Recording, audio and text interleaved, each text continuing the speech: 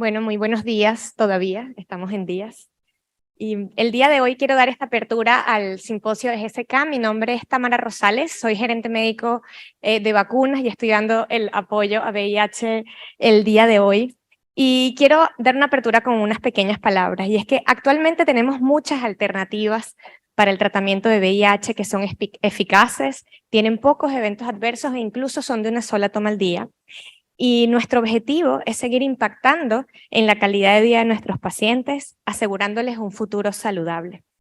Aún existen necesidades médicas que no han sido cubiertas y nuestro compromiso es disminuir la carga de antirretrovirales en la vida con terapias duales, en especial con aquellas que disminuyen la ansiedad, que disminuyen el estigma y que mejoren la adherencia en las personas que viven con VIH. Vocabria y Recambis son el primer esquema completo de tratamiento para el VIH que cambia el paradigma de tomas diarias a una inyección de larga acción que se administra cada 2 meses. Y por esta razón titulamos nuestro simposio Un nuevo hito en el tratamiento del VIH, transformando la experiencia de 365 a pocos días en un año, 6 días en un año. El día de hoy, entonces, quiero presentarles a nuestros conferencistas, el doctor Aguilera, que es médico cirujano de la Universidad de Chile y es especialista en psiquiatría de adultos. Actualmente ejerce como psiquiatra en el Hospital de Enfermedades Infecciosas Lucio Córdoba. Y el doctor Reinaldo Rosas, que es médico cirujano de la Universidad de Chile, con especialidad en medicina interna y subespecialidad de infectología de la Universidad del Desarrollo, y es médico del programa de VIH del Hospital Militar y del Hospital Padre Hurtado. Muchísimas gracias. Adelante, doctor.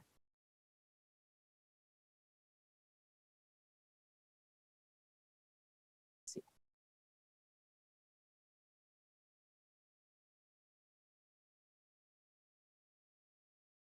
Hola, ¿se escucha bien? Bien.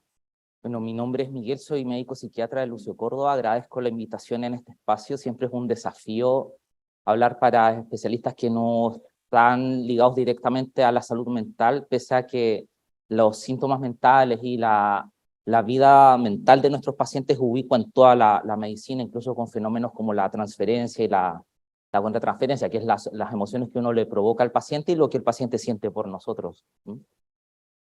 Mi currículum abreviado básicamente lo vamos a pasar rápidamente.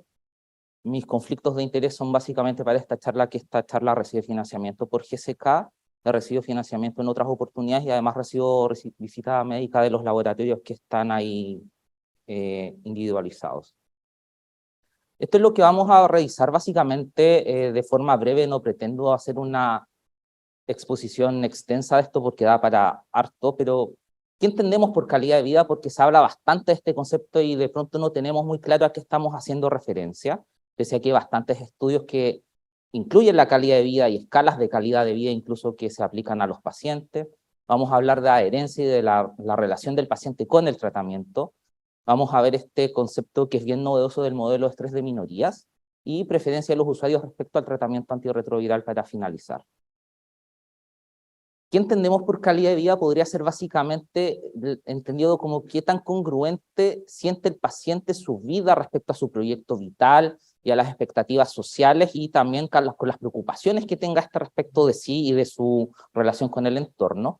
Este concepto es distinto a salud, ya que la salud hace referencia a algo más individual, como lo que podría ser bien cuestionable lo de la OMS, como de que el completo bienestar, pero es lo que entendemos básicamente y cómo nos estamos poniendo de acuerdo. Y dentro de esto surge el concepto además de calidad de vida asociada a salud, que es bien difícil de definir. De hecho, si uno revisa revisiones nosológicas de qué entendemos por calidad de vida asociada a salud, la verdad que no hay nada muy claro.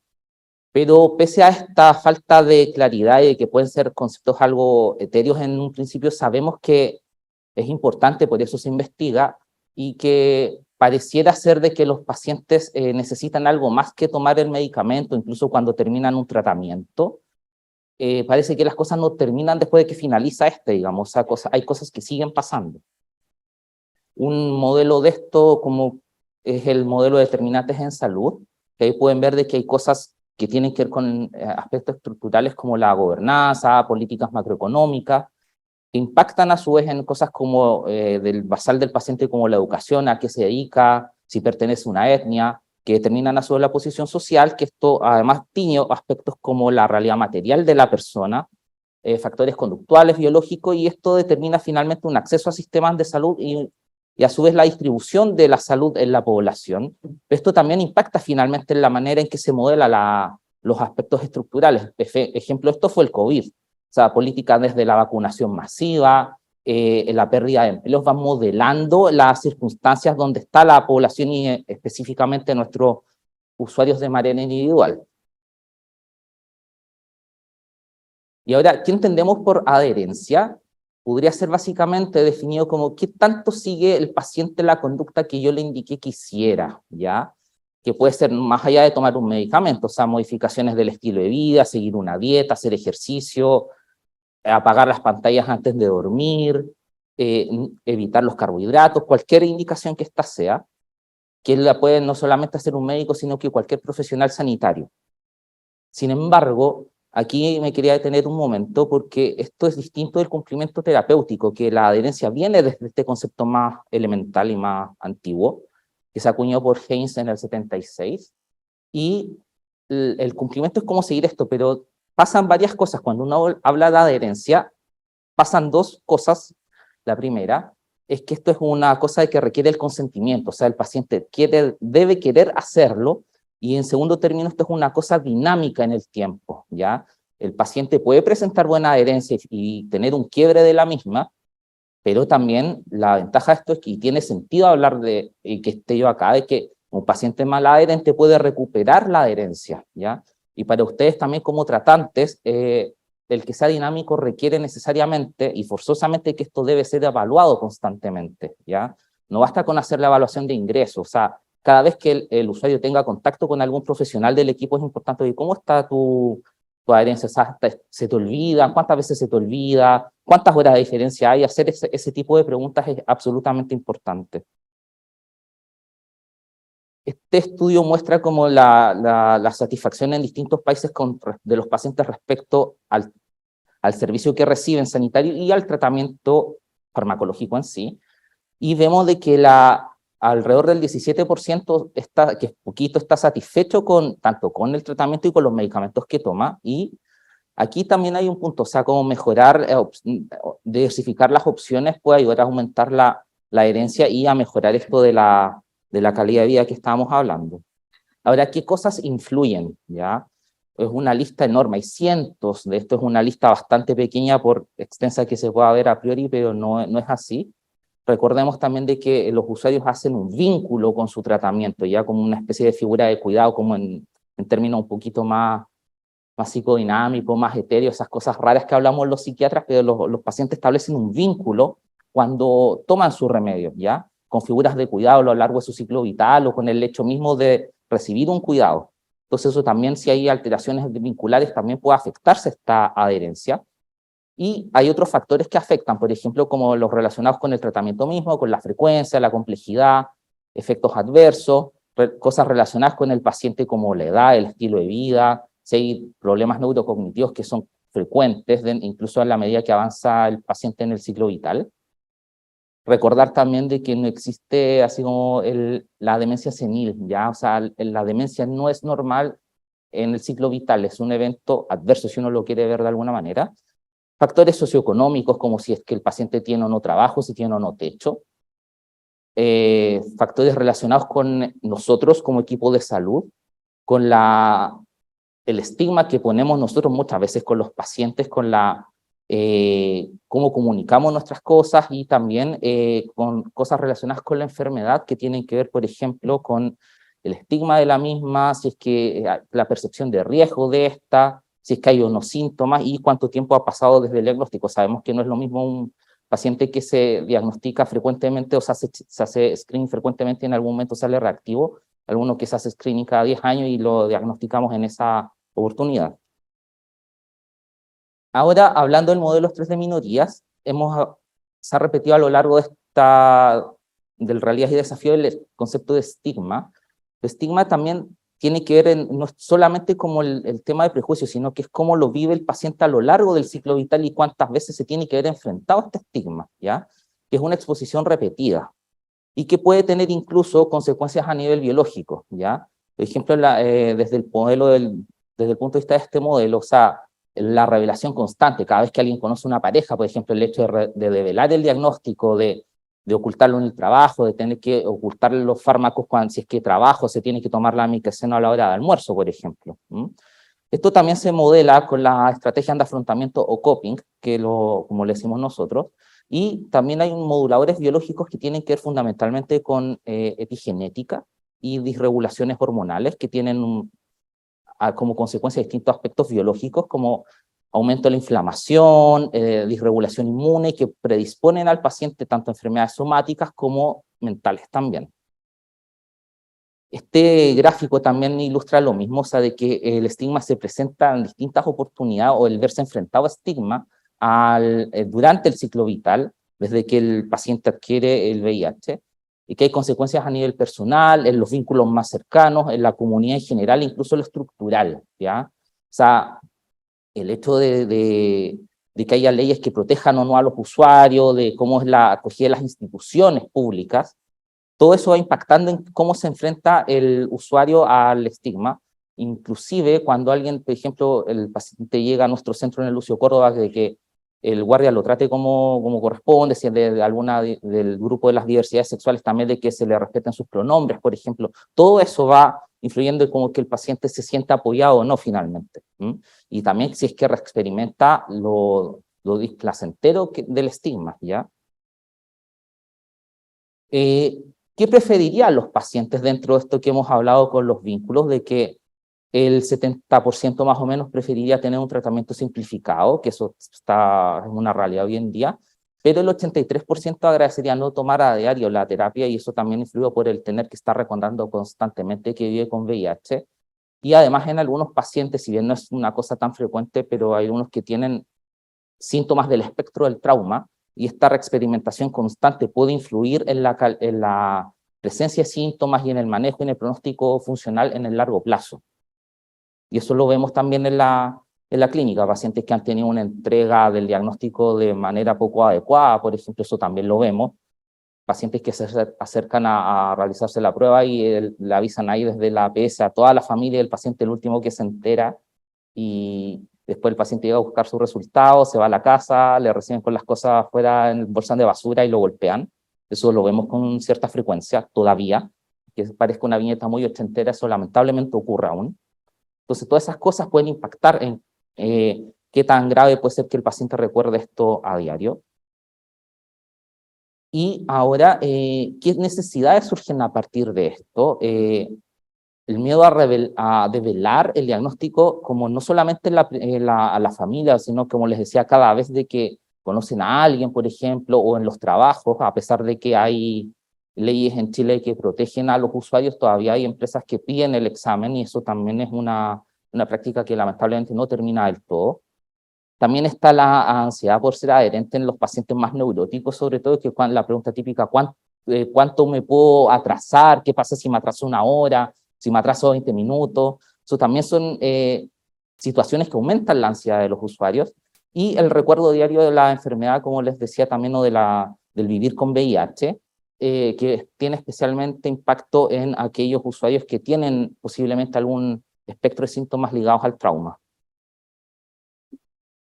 Este estudio muestra finalmente las distintas preocupaciones tanto de tratantes de usuarios viviendo con VIH y de los pacientes respecto a la toma de medicación, y hay distintas clasificaciones como desde el punto de vista de las alteraciones médicas, de la adherencia, que es bien preocupante para los médicos sobre todo y con justa razón, pero también con preocupaciones basadas en la privacidad, ¿ya? O sea, como de que tener que estar escondiendo la terapia, por ejemplo, o tener hay pacientes que incluso se ven impedidos de tener una actividad normal, o sea, con medicamentos que se toman con las comidas, por poner un ejemplo, ¿ya? Y las dificultades emocionales fundamentalmente ligadas al tener que develar eventualmente el diagnóstico en más de una oportunidad, ¿ya?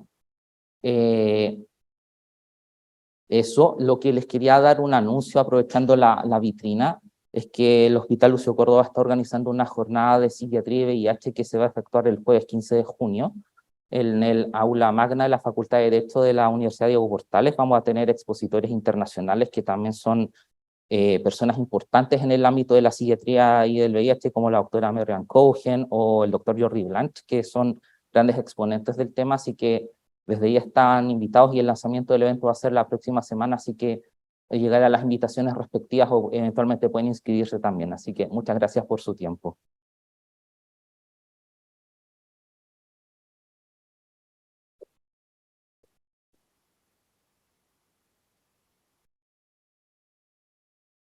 Perdón.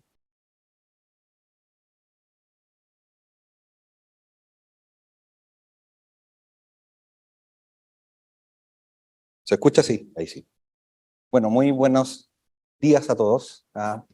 Gracias por la invitación a GSK y la verdad que estoy muy contento de estar hoy día acá porque me he encontrado con muchos amigos, colegas que producto de la pandemia no nos habíamos podido ver, conversar y creo que a ustedes, a todos les pasa lo mismo, así que un incentivo más para hacer estas reuniones y vernos las caras de nuevo. Bueno, hoy día les voy a comentar el trabajo SOLAR, ya que este primer estudio comparativo entre cabotegravir rilpivirina de larga acción inyectable versus un STR que nosotros tenemos bastante incorporado en nuestra práctica diaria, que es el mejor comparador que tenemos hoy día como terapia oral. Así que este estudio de no inferioridad, aquí están mis conflictos de interés. Les puedo decir que este es el primer tratamiento disponible y aprobado por la FDA de larga acción que se administra en forma mensual o bimensual y está recomendado por las guías internacionales. Ya el año pasado en el IAS se hizo bastante mención a esta aprobación que dio la FDA y también este trabajo SOLAR que fue presentado en el CROI este año nos dio más información respecto a cómo abordar este tema con los pacientes y muy importante, como vamos a ver, el tema de la calidad de vida, como decía el doctor Aguilera, que es un punto importante en este fármaco, en esta combinación de fármacos. Ya la disminución de las dosis ofrecidas por esta combinación es un beneficio a todas estas preocupaciones que tienen los pacientes, como bien mencionó el doctor Aguilera, y esto claramente impacta la calidad de vida de las personas respecto a su condición de salud. Hoy día nuestros pacientes cada vez hacen una vida más normal, por lo tanto, poder, entre comillas, estar más alejados mentalmente de lo que significa su tratamiento y estar recibiendo un tratamiento que les permita hacer una vida más normal, claramente es un objetivo muy importante. Además de, obviamente, la supresión virológica que a nosotros nos interesa mucho que se mantenga. Estas son las recomendaciones, ¿cierto?, que incorporaron en el año 2022 en la guía clínica, tanto del IAS como la guía de la DHHS. Hace mención al tema de mejorar la calidad de vida. Y los pacientes en general en los estudios han demostrado una gran satisfacción en poder tener acceso a esta alternativa de administración. Ya habían algunos estudios previos donde había alguna información respecto a estos aspectos más cualitativos, ¿cierto? En cuanto al estigma, a la ansiedad de la adherencia, ¿cierto? Y hasta recuerdo diario que tienen los pacientes de su enfermedad cada vez que tienen que tomarse la terapia. Y SOLAR es el primer estudio, como les dije, randomizado, es un estudio randomizado 2:1, que es un grupo bastante grande, como les voy a mostrar, y es comparativo entre cabotegravir y rilpivirina de larga acción, dosificado cada 2 meses vía intramuscular, comparado con un régimen oral en STR, que es victegravir, emtricitabina y tenofovir alafenamida. Se reporta la eficacia y la seguridad a los 12 meses, y también a resultados reportados por los pacientes luego de un switch a terapia inyectable con esta coformulación en inyecciones separadas, desde un régimen previo con victegravir, emtricitabina, tenofovir alafenamida, ya comparado con la continuación de la misma. O sea, Aquí les voy a mostrar. Aquí están los grupos que se randomizaron, ¿cierto? Cabotegravir, rilpivirina, long acting cada 2 meses versus victravir, emtricitabina, tenofovir, alafenamida, NSTR, oral diario. Mayores de 18 años, estos pacientes tienen que haber estado al menos 6 meses indetectables con la terapia victravir, emtricitabina, tenofovir, alafenamida, y obviamente con su indetectabilidad objetivada. Este estudio fue multicéntrico, incluyó muchos países de Europa, Australia, Japón, no hay representación de Latinoamérica ni de África, está Estados Unidos y Canadá por el norte, por lo tanto es una consideración a tener, por lo tanto no, estarían subrepresentadas algunas etnias. Y el diseño fue para probar la no inferioridad versus el tratamiento oral estándar, que es el que les mencioné. Entonces, aquí está la randomización, ¿cierto? En el cual una rama, el paciente decidió iniciar de inmediato con terapia inyectable, sin pasar por la carga oral, el oral lidin, ¿cierto? Con rilpivirina oral. Entonces, el primer grupo recibía las 2 inyecciones, una por lado, intramuscular, cada 2 meses. La primera dosis, la segunda dosis es al mes, porque es la dosis de carga, ¿cierto? En la primera inyección, al mes parte la segunda dosis, y ya desde la tercera dosis en adelante es cada 2 meses. Y en los pacientes que tenían oral lidin, partían este primer mes con rilpivirina para ver también si había algún efecto adverso, y eso lo decidía también el paciente en el momento que se enrolaba. Y por otra rama, los pacientes continuaban tomando su terapia oral coformulada de 3 drogas. Y esto se hizo el seguimiento a 12 meses. El endpoint primario, ¿cierto?, fue verificar la indetectabilidad a los 12 meses, o dentro del periodo del estudio, y los endpoints secundarios fue la indetectabilidad bajo 50 copias, la incidencia de falla virológica, seguridad, la tolerancia, y también la preferencia y satisfacción del tratamiento de los pacientes, ¿ya? El análisis primario se basó en una población modificada de intención a tratar, porque hubo un sitio que fue suspendido porque fueron 11 pacientes que fueron mal enrolados, por lo tanto se decidió excluir ese centro, que es un centro en Estados Unidos, como dice ahí, y por lo tanto el análisis por eso es un análisis modificado de población de intención de tratar. No obstante, todos los análisis de seguridad están hechos tanto con la población de intención de tratar y el grupo de población por protocolo. Y bueno, aquí estaba lo que le estaba mencionando, la extensión del switch o continuar con el cabo rilpivirina cada 2 meses en la fase de extensión.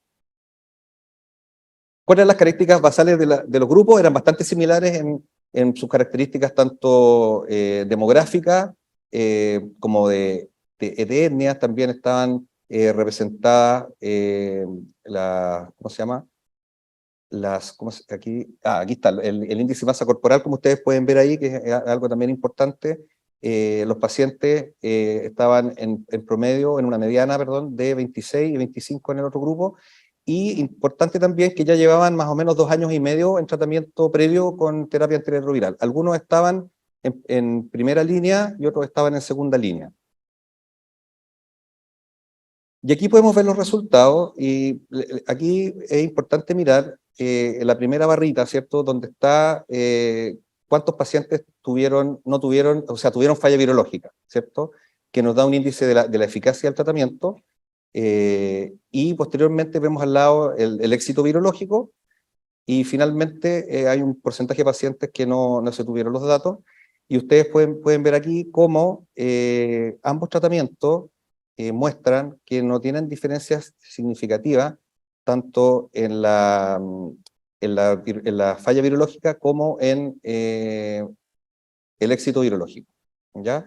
Y al mes 12, ya esto demuestra que hay una no inferioridad versus el tratamiento oral coformulado, en las 3 poblaciones que les dije, tanto en el análisis primario modificado en el grupo de intención a tratar, el grupo de intención a tratar y la población por protocolo.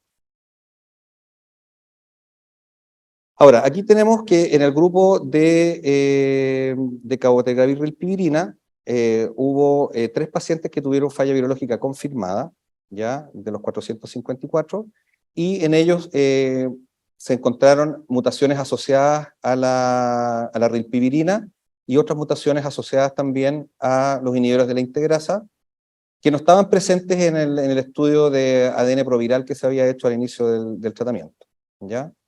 Y aquí tenemos otro paciente que fracasó al tercer mes, el otro, ahí le puse al mes 11 y al otro al mes 6, ¿ya? Aquí el seguimiento carga viral era cada 2 meses, después del segundo mes. Y también todos estos pacientes que tuvieron un fracaso virológico fueron iniciados con terapias orales y fueron resuprimidos, ¿ya? Así que en eso también se reporta al final del estudio. Ustedes pueden ver acá los resultados a los 12 meses, cómo tienen ahí ustedes cuántos pacientes fracasaron, ¿ya? Tenemos los pacientes que estaban con más de 50 copias, tenemos con el comparador, hay un número menor. Recuerden que estos pacientes ya venían suprimidos, discontinuaciones por falta de eficacia, por otras razones, y los pacientes que estaban suprimidos, ya ahí también ustedes pueden ver cuántos descontinuaron por efectos adversos o por otras razones del estudio. Entonces, dentro de los participantes, que no hay datos de la supresión virológica, la incidencia de efectos adversos fue la principal causa de suspensión del tratamiento, ¿ya? Que vamos a ver un poco más adelante. Aquí está el resumen de seguridad. Ustedes pueden ver la cantidad de efectos adversos. En esta tabla están excluidos los efectos adversos del sitio de inyección, que son obviamente los más frecuentes, reportados en los estudios previos también en más de un 80% de los pacientes que reciben la terapia inyectable, que los vamos a analizar por separado, pero ustedes pueden ver acá que cualquier efecto adverso son bastante similares las dos ramas. Los efectos más severos también son bastante similares. Aquellos que llevaron una suspensión del tratamiento, un poco más en la rama inyectable, y en cuanto a los efectos adversos serios, también son bastante comparables, ¿ya? El efecto más común fue la fiebre, la cefalea, la fatiga o la astenia y la diarrea en la rama de long acting. Y en la rama oral, ¿ya? Lo principal fue un poco de ganancia de peso y alteración de la función hepática, de las enzimas hepáticas. Mayor parte de los participantes de la rama inyectable tuvieron, obviamente, efectos adversos que llevaron a la supresión del tratamiento por parte del paciente. Entonces, aquí ustedes pueden ver cómo cabotegravir rilpivirina fue bien tolerado, sin nuevas de alerta de seguridad identificadas, y aquí podemos ver, en un resumen del anterior, que hubo 11 suspensiones por las inyecciones, por efectos adversos secundarios de las inyecciones. Ahora, lo que podemos decir respecto a los efectos adversos de las inyecciones, que aquí ustedes tienen los 3 grupos, ¿cierto? El que partió con lidin oral el primer mes, el segundo grupo que partió de inmediato con ambas medicamentos inyectables, y ustedes pueden ver que ahí están los principales efectos adversos asociados al sitio de inyección, el dolor, el disconfort, un nódulo, y el número de eventos más severos en el lugar de la inyección, a un 3% en el grupo, en el primer grupo, y un 3% también en el segundo grupo. Y la suspensión, como ya vimos, que habían sido 11 pacientes en el total de estos dos grupos, que eran de 445 pacientes. Ahora, el total de estas reacciones adversas, el 98%, fueron grado 1 o 2, que duraron hasta 3 días la mayor parte de ellas, y solo un pequeño porcentaje de los pacientes discontinuó respecto a esto. Y también lo que se había visto en otros estudios es que en la medida que va avanzando el tratamiento inyectable, es al comienzo cuando los pacientes desisten de seguirlo usando porque o tienen una intolerancia al dolor, a la inyección, o hasta una fobia puede ser al tema de las inyecciones. Y la otra dimensión importante que reportaron los pacientes al inicio del estudio era lo que también se tocó en la charla anterior, que el 47% reportaban uno o más de las siguientes preocupaciones al iniciar el estudio. Porque le descubrieran su condición de VIH, alguien de su círculo cercano o sus amistades, preocupado por el tema de olvidar en horario o en día o saltar a terapia, y otros que sentían que estar tomando su terapia era estar recordándole cada día que, su condición de enfermedad crónica. Y aquí se midió a través de una escala la satisfacción comparativa de un tratamiento con el otro, ¿ya? Y lo que se puede ver es que este score de calidad de vida mejoró significativamente con la terapia inyectable, ¿ya? Desde el comienzo del estudio hacia el final del estudio en el mes 12, demostrando que mejora la satisfacción de los participantes el estar usando la terapia inyectable versus la terapia oral. Ahora, si vamos a ver por qué los pacientes prefieren la terapia inyectable, cuál es la razón de la preferencia, primero, el 90% preferían la terapia inyectable, un 5% no tenía preferencia y un 5% prefería la terapia oral. ¿Y cuáles eran las razones? Es porque no tengo que acordarme de tomar los medicamentos todos los días, ese fue un 85%. Es más conveniente recibir cada 2 meses 2 inyecciones, un 83%.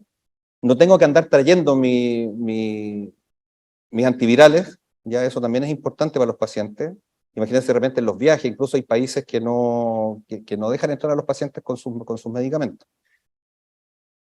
No tengo que pensar en mi estatus de VIH todos los días, y no tengo que preocuparme que otros vean o encuentren mis medicamentos. Son cosas que a veces no tenemos a veces el tiempo de hablarlo con todos los pacientes, pero aquí aparece como algo muy importante dentro de cuando ellos tienen más posibilidades hoy día de elegir un tratamiento u otro. Entonces, como conclusión de este estudio, podemos decir que el 47% tomando un STR oral, que si bien es cierto sabemos que tiene un potencial de muy bajo efecto adverso, reportaba todos estos desafíos psicosociales que tiene el recordar y el estar en su terapia oral diaria. Al mes 12, la terapia inyectable con cabotegravir rilpivirina demostró que es no inferior en eficacia virológica versus el comparador, que era victegravir, entecitabina, tenofovir, alafenamida, y la tasa de falla virológica fue muy baja, fue menor al 1% en la población recibiendo la terapia inyectable. Y todos fueron resuprimidos en terapia TAR alternativa oral al momento de detectarse esta falla virológica. Las inyecciones de cabotegravir, rilpivirina, long acting fueron bien toleradas, en la mayoría, en un 98%, los efectos adversos en el sitio de la inyección fueron leves a moderados en severidad y con una duración media de 3 días. Y rara vez llevaron a la suspensión de la terapia inyectable por esta causa. El 90% de los participantes en la rama inyectable prefieren la terapia inyectable, cabotegravir, rilpivirina de larga acción, antes que hacer switch a terapia oral. Los pacientes que fueron switchados a terapia inyectable desde este STR, que era el comparador, tuvieron una significativa mejoría en su satisfacción en cuanto al tratamiento.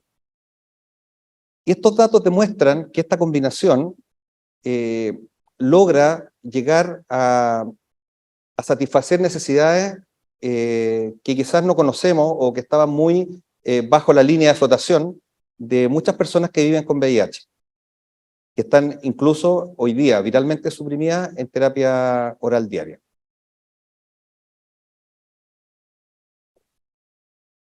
Ya al estudio SOLAR sumamos la evidencia que teníamos anteriormente respecto a los estudios que se comparó, ¿cierto? 2 meses con un mes. Se vio que había bastantes pacientes que tenían una supresión virológica bastante parecida a la eficacia, y las fallas virológicas aquí fueron menos de un 2%, por ejemplo, en la ATRAS 2M, en Caricel menos de un 1%, y si ustedes se fijan son bastante similares los resultados. Lo mismo con la eficacia, la preferencia demostrada a través del programa de todos estos estudios que han ido otorgándonos más evidencia. ¿cuál es la preferencia después de un año de tratamiento? 90% en solar, seguir con inyectable, y en los otros es sobre el 90%. Solar tiene un poco más baja. La explicación que nos dan los autores del estudio es que en solar se les preguntó a los pacientes que salían del estudio también, por qué ellos preferían, cuál era la preferencia que tenían. Entonces, se supone que esos que salían de la terapia inyectable tenían también una preferencia por volver a la terapia oral. Cabotegravir y rilpivirina long acting es muy bien tolerado, con pocos efectos adversos severos que no sean relacionados con el sitio de inyección, y tiene un perfil de seguridad bastante similar a la terapia oral, ¿ya? Y por el otro lado, las reacciones en el sitio de inyección son comunes, pero típicamente son leves o moderadas, y van a llevar a algunas suspensiones que están en el rango del 1 al 2%. Aquí tenemos la eficacia virológica comparativa en los estudios, ¿cierto? Todas cercanas ahí al 90%, como vimos, después de un año de tratamiento. Y bueno, eso es lo que les quería contar, y bueno, espero que esta es evidencia que muchos de nosotros en el corto plazo probablemente vamos a tener que incorporar en algunos otros pacientes. Yo creo que la lectura importante es que podamos seleccionar bien los pacientes que quieren, y por otro lado se van a ver beneficiados de esta nueva alternativa que tenemos hoy día de mantener suprimidos virológicamente a nuestros pacientes. Muchas gracias.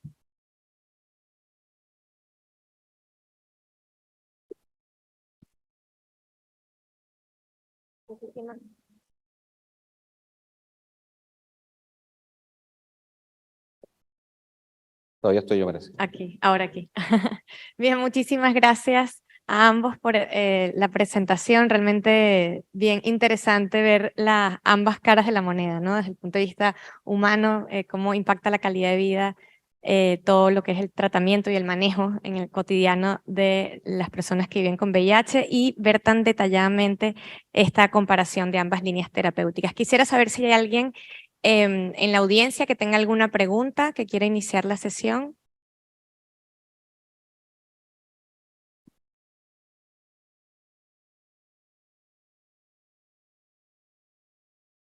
Ok, creo que estuvo bastante claro. Acá. Acá en la primera fila, por segunda.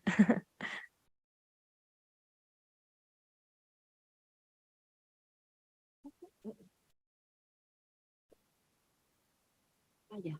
¿Aló? Ahí sí. Hola, buenos días. En realidad una pregunta para los dos, que quizás lo dijeron, pero puede ser que yo me haya distraído. En el fondo, la importancia de cruzar los medicamentos de larga duración inyectables con la vulnerabilidad. Bueno, igual hay que ver ahí las reacciones adversas y las interacciones, pero yo me imagino que este tipo de tratamientos van a ser muy buenos para los pacientes en situación de calle, adictos y todo eso. ¿Mm? ¿Qué opinan ustedes de eso? Hola. No me escucho. ¿Se activa acá? Oh. ¿Activamos los inalámbricos? Ok. Hola, no se escucha nada. Ahí se A ver. escucha. Ahí sí, ya. Se escucha. Ya, desde mi opinión como psiquiatra puedo hablar desde la experiencia que tenemos con los antipsicóticos de depósito, que justamente se usan también en pacientes que son muy buenos adherentes, pero también en los pacientes que tienen dificultades diversas como la distancia física para concurrir a los controles, también cuando hay problemas de adherencia, y de hecho optimizan en esas situaciones el cuidado de los usuarios y permite que tengan un tratamiento más estable. Y de hecho es la experiencia que yo puedo opinar, y también, como lo decía anteriormente, hay usuarios, un subgrupo que se podría haber beneficiado en aquellos donde el recuerdo de la toma diaria puede ser un problema desde el punto de vista psicopatológico. Esa es como mi opinión, al menos desde mi vereda. Hay interacciones también que hay que tener en cuenta, por ejemplo, como sabemos que quetiapina, que es ampliamente usada, no se puede utilizar con rilpivirina, tampoco con fármacos busteados, que no es el caso, pero con rilpivirina no se puede usar porque prolonga el QT, ¿ya? Entonces también es algo que hay que tener en cuenta. O sea, si ustedes como infectólogos deciden usar este tratamiento, es como chequear si es que hay alguna eventual interacción, o si alguien está con psicofármacos, tener una conversación con el tratante que los esté dispensando.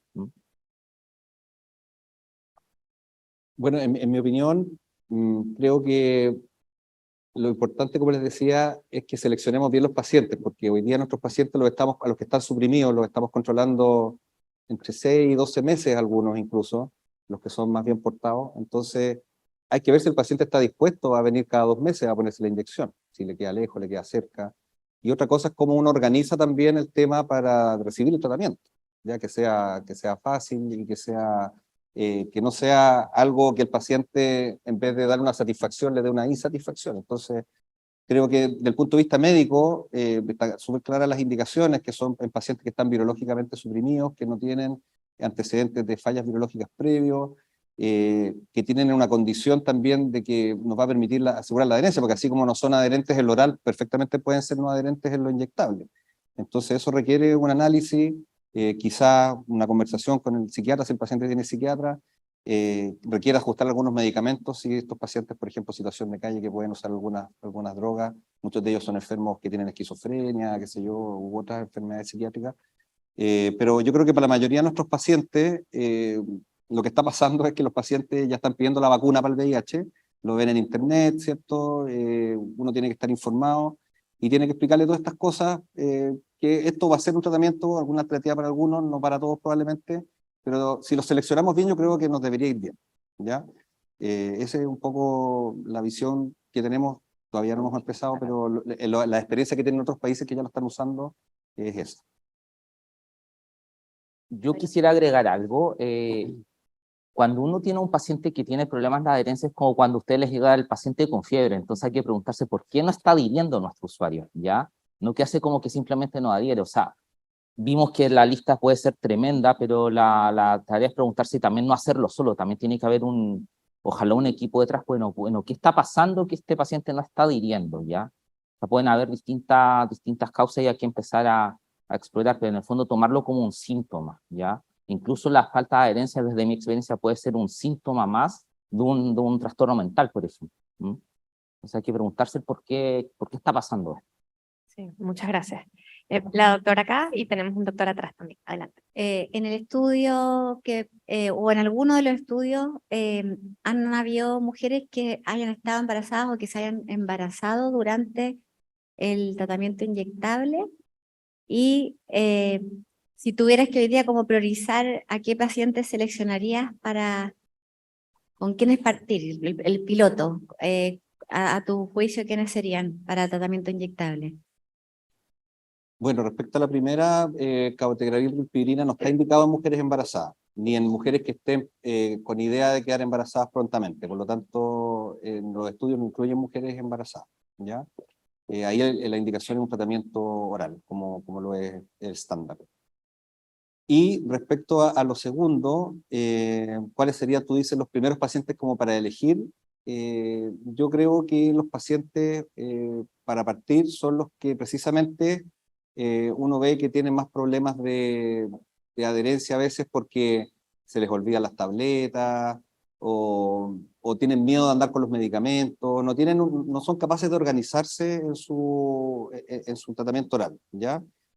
Y también algunos pacientes que tienen mala red de apoyo muchas veces, entonces uno puede asegurar quizá la adherencia por esta vía de que el paciente va a estar con buenos niveles de medicamento durante los 2 meses, pero por otro lado también tiene que asegurar de que ese paciente vaya a venir a los 2 meses, porque si el paciente se atrasa menos de hasta 7 días, está visto que en general no hay ninguna alteración mayor en los niveles plasmáticos, pero si ya se atrasa 2 semanas o 3 semanas, ya es un paciente que sí tenemos que considerar para volver a oral. Gracias. Doctor Rosas, Adelante, doctor. en cuanto a la necesidad de hacer la primera fase oral, ¿cómo cree usted que viene la tendencia o en qué situaciones sí habría que hacer la primera fase oral? Porque de acuerdo a lo que leí, prácticamente no había habido abandonos de pacientes que habían comenzado con la fase oral, que después siguieron con la fase inyectable. Creo que uno fue el que no siguió con la fase inyectable nada más de ese grupo. Bueno, en los 2 grupos que tenían terapia con inyectable, más o menos el 40% recibió lidin oral, con rilpivirina. ¿ya? Y eso, la verdad es que se vio en el grupo de inyectables desde el comienzo, que prácticamente no habían mayores diferencias ni en efectos adversos, ni en seguridad. Hoy día es algo que es una alternativa, no es obligatorio, depende del paciente lo que quiere, porque a veces el paciente prefiere estar más seguro, cómo va a tolerar la rilpivirina, ¿cierto? O uno como médico también quiere asegurarse que no haya ninguna alergia, ningún efecto, no sé, a lo mejor es un paciente muy alérgico, o quiere ver la tolerancia gastrointestinal, toma otros medicamentos, quiere ver si se le prolonga el QT, etcétera. O sea, yo creo que hay muchas condiciones que uno podría elegir partir con la droga oral. No es una obligación, ya vimos con los datos que podríamos uno partir inmediatamente con inyectable, de hecho muchos pacientes prefieren, y más pacientes prefieren partir con inyectable primero, y después el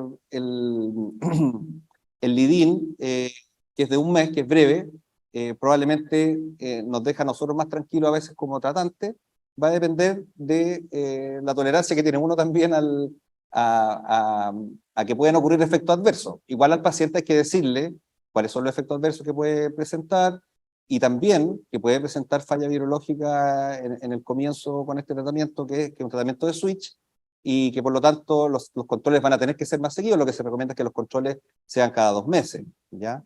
Y clínicos incluso, ya para ir chequeando la carga viral, ¿cierto? Que no haya... Ustedes vieron que los pacientes fracasaron al mes 3, al mes 6, y el otro fracasó al mes 11, ¿ya? Entonces, requiere que estemos atentos sobre todo en la primera parte. Bien, muchísimas gracias. Ok, tenemos otra pregunta.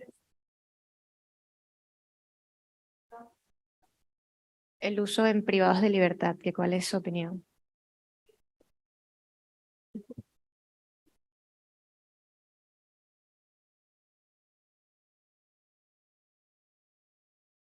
Sí, de hecho yo pienso, yo así me hago responsable de esto, pienso que sería una buena idea, además que sabemos que de repente puede ser, nosotros tenemos también contacto en el uso con la gendarmería, que de pronto cuesta coordinar cosas como la entrega de la medicación, a pesar de que igual hay un esfuerzo de la institución, pero no, a veces faltan algunos días, y la verdad que en este contexto igual podría ser una oportunidad. Y también recordemos de que las personas privadas de libertad son un grupo de interés, o sea, por una cosa epidemiológica y de frecuencia se nos queda mucho que no es un mejor nombre del mundo, hombres que tienen sexo con hombres, pero así lo podemos entender para comunicarnos científicamente entre nosotros, pero pienso que podría ser una buena alternativa. Sí, yo pienso que es una situación en la cual uno puede asegurar que la inyección se va a administrar en la fecha. O sea, yo creo que dentro si uno tuviera que elegir un grupo de pacientes que pueda asegurar este tema logístico que significa tener la administración, más que el privado de libertad está ahí mismo, o sea, no tiene que venir. Entonces, yo creo que sería una muy buena alternativa para los pacientes que viven con VIH que están privados de libertad. Y adicional a eso, creo que también el tema me imagino que en una situación de confinamiento, estar con sus tratamientos y todo, ese es un factor importante para ellos. Bueno, muchísimas gracias en honor al tiempo. Bueno, ¿podemos hacer una pregunta más? ¿Nos dan? Sí. Ok, déjenme, le acerco el micrófono, creo que es más rápido. Gracias. Es muy breve. Yo creo que la evidencia que mostramos tanto el doctor Beltrán como yo muestran que en estas poblaciones inelegibles es una muy buena estrategia. Pero la gran pregunta es, ¿qué sucede si ese usuario abandona controles? La probabilidad de fracaso y de fracaso en nivel de integracia no nucleosídico es bastante alta. Yo creo que esa es la gran preocupación en esta población, más que si va a ser efectivo o no. Yo creo que la evidencia está demostrando que lo es, pero el riesgo de fracaso ante un abandono prolongado es alto. Muchísimas gracias. Bueno, entonces ahora sí, en honor al tiempo, quiero dar muchísimas gracias a todos por su atención y por su presencia. Y bueno, los invitamos mañana a nuestro simposio de vacunas. Muchísimas gracias.